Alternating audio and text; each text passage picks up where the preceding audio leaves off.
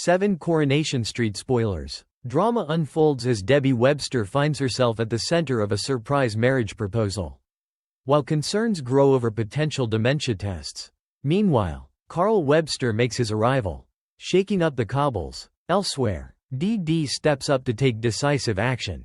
Todd is left reeling from an unexpected revelation, and Jenny faces a shock of her own.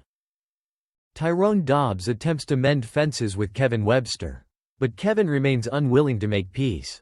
The tension escalates at the Rovers, where Glenda Shuttleworth hesitates to serve Kevin, and Tyrone arrives just in time to become the target of his pent-up frustration. When Tyrone calls Kevin out for his cruel and selfish attitude, Kevin retaliates by landing a punch, making it clear he's not ready to let go of his anger. Abby Franklin is livid when she learns about Kevin's outburst, but when she confronts him, he lashes out at her too. It becomes apparent to both Abby and Tyrone that Kevin is intentionally pushing away those who care about him the most. Determined to make him see reason, Tyrone urges Kevin to stop suppressing his fears and communicate with Abby before it's too late.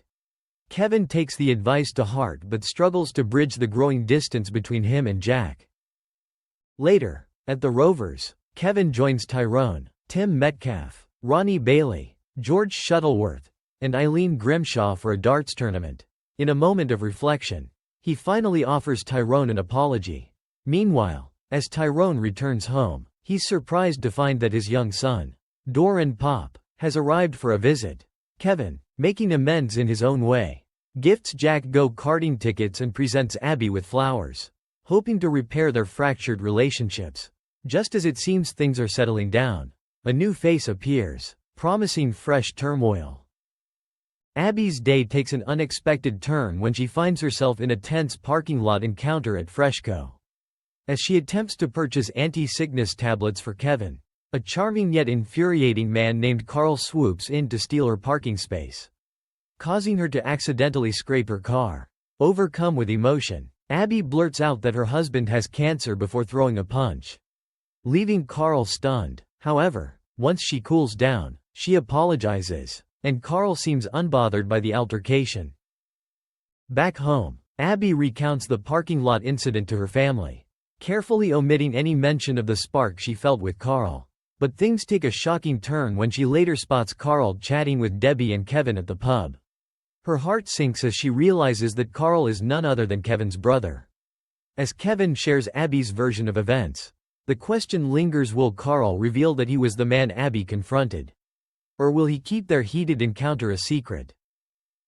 2. Debbie Webster faces tests for dementia as Ronnie Bailey proposes. Coronation Street will show us the full story via flashback, with Debbie losing her purse and blaming Mick, losing her temper with Jack and having a row with Mick, as well as falling over in the ginnel and letting Ronnie think it was Mick's fault. Debbie believes this is all down to the menopause, but she's shocked when the doctor says she may have suffered a mini stroke and he wants to refer her for tests for vascular dementia. As the doctor urges Debbie to be honest with Ronnie, will she? Debbie goes into work mode at the hotel, while oblivious Ronnie tells Kevin he plans to propose to Debbie. In the hotel bar, Debbie reads a text from Abby which leaves her confused, and when Ronnie calls in with her forgotten lunchbox, Debbie masks her turmoil. In the cafe, Tim admits to Ronnie that he let slip to Debbie his plans to propose. So Ronnie returns to the hotel and presents an engagement ring, before getting down on one knee. Will Debbie say yes to his proposal? Amid the chaos of the day and the reunion with half-brother Carl, Debbie will make a secret call for an appointment at the memory service clinic. Will Debbie confide in Ronnie? 3. Dee-Dee Bailey confronts a midwife over her ordeal.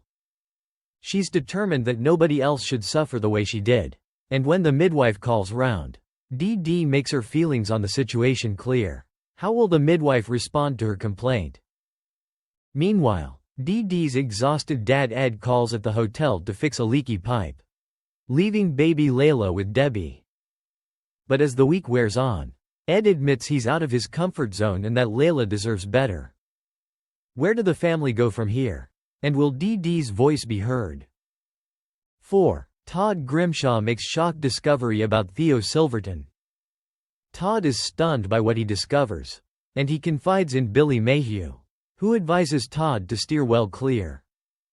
Billy is angry when Theo knocks on the back door, but Todd soon busies himself supporting his terminally ill Aunt Julie Carp, suggesting they set up a crowdfunding page to send her on her dream holiday before it's too late.